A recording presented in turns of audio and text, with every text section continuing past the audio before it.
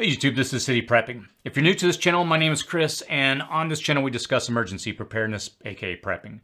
Let me start off by acknowledging what has been going around a lot in the preparedness community in different forums and subreddits that I follow.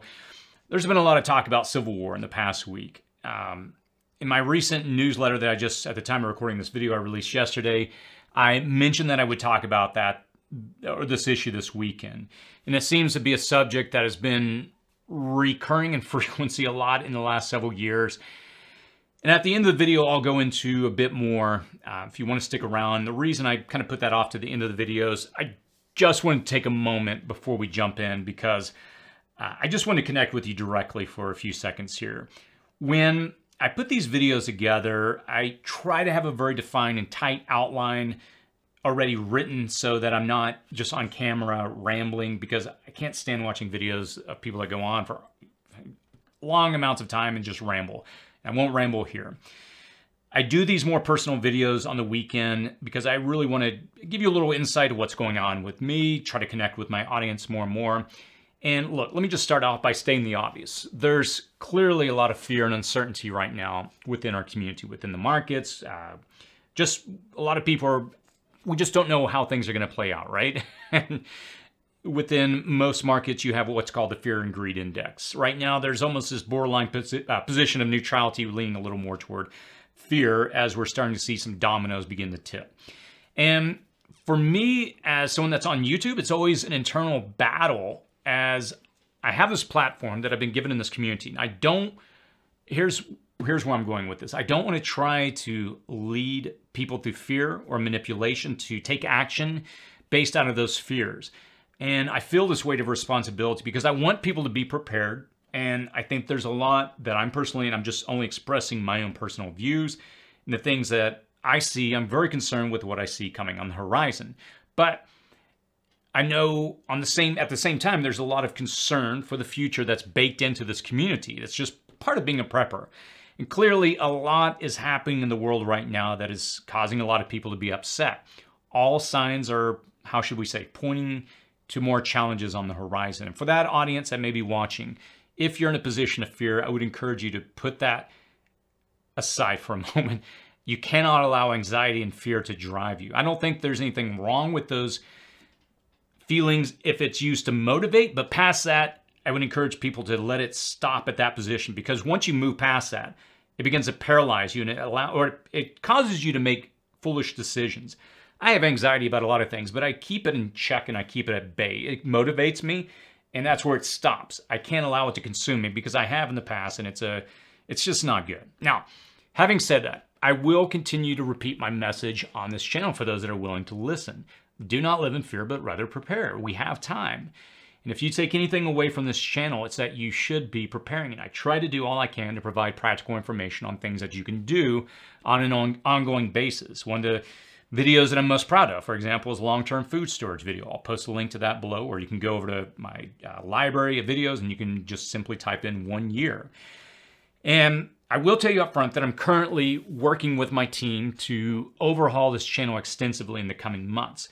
I pulled back, I've looked at my library of videos, and I really want to change this video or this channel to more of a skill-based channel, that if somebody were coming into this community, they could see at a very clear high level where to start and how to go about this process. And I'm trying to tighten things up so that it would be a guide and a source of help for anybody that's coming in or that's been around for any amount of time.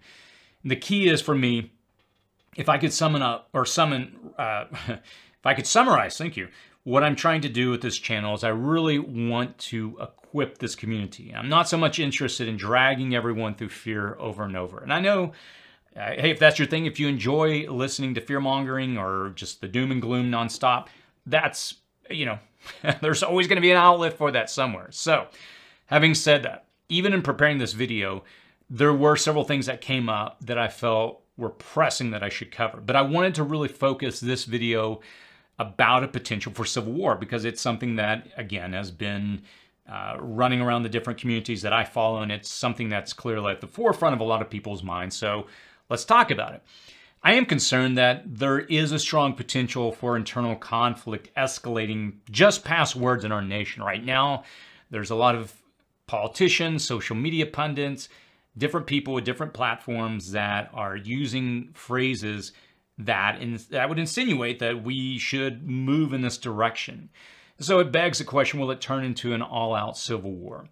If you follow me for any amount of time, you've probably seen several videos, and I feel like I have to repeat this every year or two, that, look, I've lived in a nation where I saw the impact of civil war, and I saw what it was like firsthand. As you know, if you follow me for any amount of time, I lived in Afghanistan in 2003. I did humanitarian work there for 3 months with an NGO. I was with a team of physicians. I helped teach English at Kabul University. And here's my thing. Anyone that would call for civil war is a fool and has no idea what that entails. And I'll repeat that.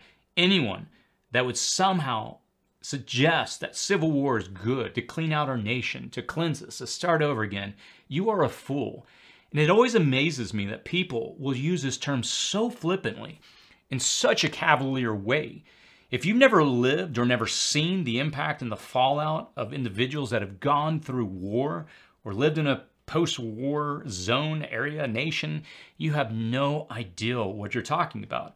And I have no idea why, but there's this odd glamorized view of war within our nation. And there's this constant thinking of, hey, let's just have war. We'll fix things that way. And we live in this extreme time of abundance and comfort in the West. And again, I've seen firsthand the fallout of what war is like. And I have no words other than to say it's horrible. It's sad. The people lose hope. People have to watch their family members die of diseases and illnesses and issues that are easily treatable in any other nation. Could you imagine watching your loved one, your child, suffer horrific pain and suffering because they just can't get the basic medicine that they need? I remember when I was there in 2003, there was an illness going around, leishmaniasis, and it was transmitted, I believe, by, I want to say, flea or fly bites. And I would watch, especially, I don't know why it impacted children, but you would see these huge scabs and scars form, and it was deforming. And I remember one parent was burdened heavily because this child contracted it on their face.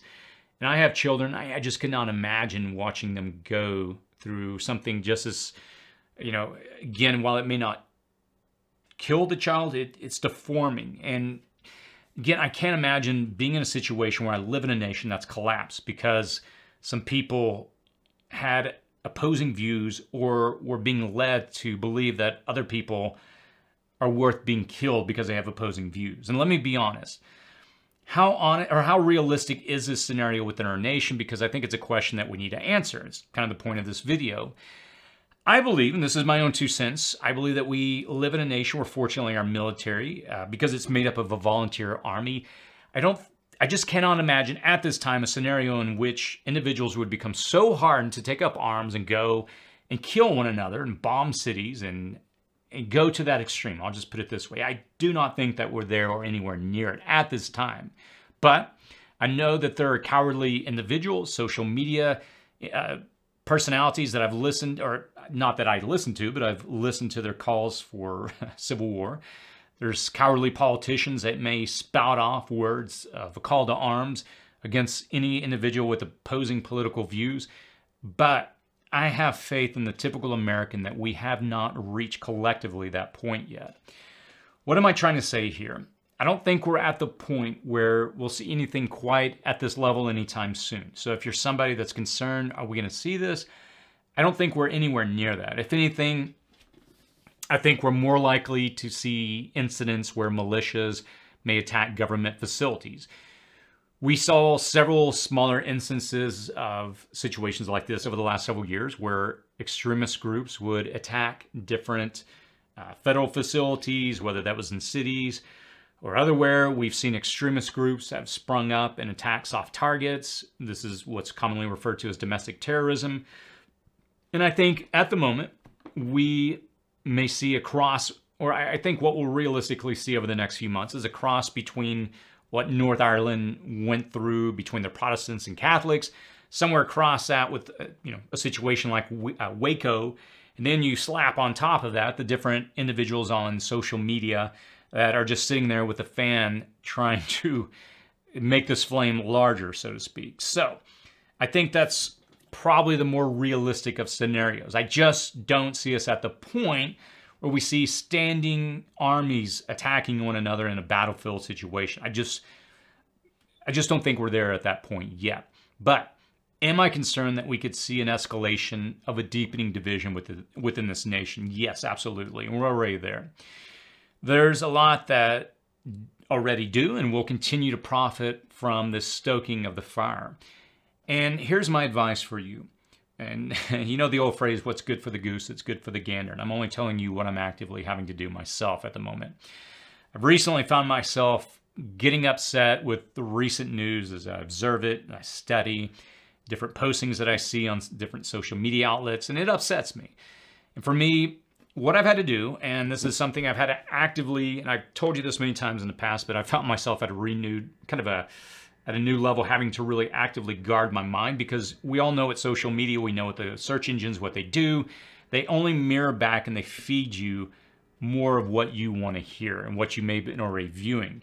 It's not a documentary, but it's worth watching on Netflix. It's called The Social Dilemma, and it explains in detail how the social media outlets, how the different search engines, how they effectively do this.